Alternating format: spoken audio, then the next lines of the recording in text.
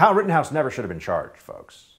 Let's just start with that. This shouldn't have even been a trial, and it never should have risen to the possibility of him facing life in prison for the equivalent of a murder one charge.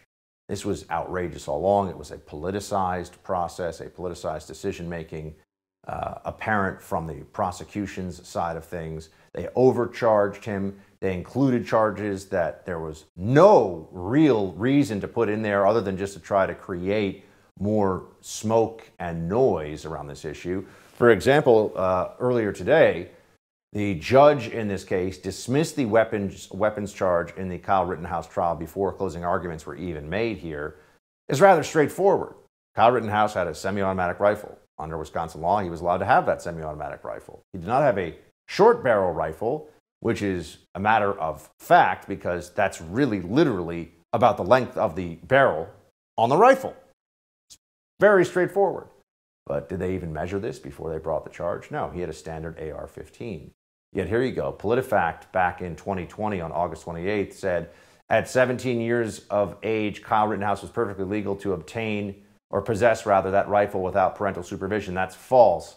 And actually, PolitiFact was wrong, as it tends to be over and over again on politicized questions, because PolitiFact exists to launder the lies of the Democrat apparatus under the veneer of it being a fact-checking organization when it's really a propaganda organ for the left.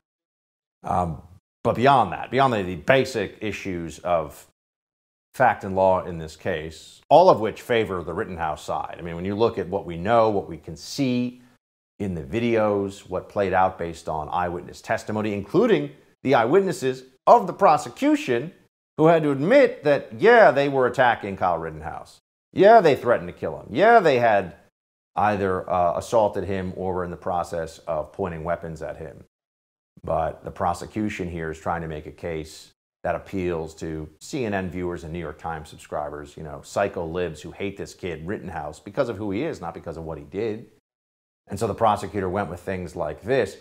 He said today, and you can actually watch him, you don't have to take my word for it, you lose the right to self-defense when you're the one who brought the gun. Convince you that Joseph Rosenbaum was going to take that gun and use it on the defendant because they know you can't claim self-defense against an unarmed man like this. You lose the right to self-defense when you're the one who brought the gun. That's just not true. No legal expert in self-defense, no actual self-defense expert also would tell you that that makes any sense at all. If you show up or if you're in a situation where you're concealed or open carrying a firearm and someone assaults you and you are in reasonable fear of your life and you use that weapon, that's the person assaulting you's fault, and you are legally and morally, ethically in the clear. So why would the prosecutor make such a ridiculous claim? Well, because they're trying everything they can to make it seem like this was a legitimate prosecution in the first place when it clearly was not. And then you have also something that's very troubling, and that is you're seeing the mentality of the Democrat left on display here, such that they have operated all along with Kenosha in the background here, with the riots that occurred, as though Democrats should maintain a special right to riot. That no individual, no citizen, armed or unarmed, can stand in the way of this and be willing to use force to defend himself and others and property. Not allowed, they say. Here's the prosecutor, Binger, saying that Rosenbaum, all he did was, usual riot stuff, man. No big deal, except it was a big deal. He said stuff that he never should have said. He did things he never should have done. So why is the prosecutor, well, here he is, being scummy. So what does he do that night?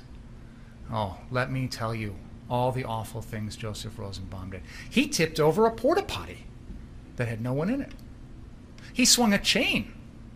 He lit a metal garbage dumpster on fire. Oh, and there's this empty wooden flatbed trailer that they pulled out in the middle of the road, and they tipped it over to stop some bearcats, and they lit it on fire. Oh, and he said some bad words. He said the N-word. Yeah, he's a bad person, by the way. I mean, let's be clear about this. He's not a good guy at all as a criminal.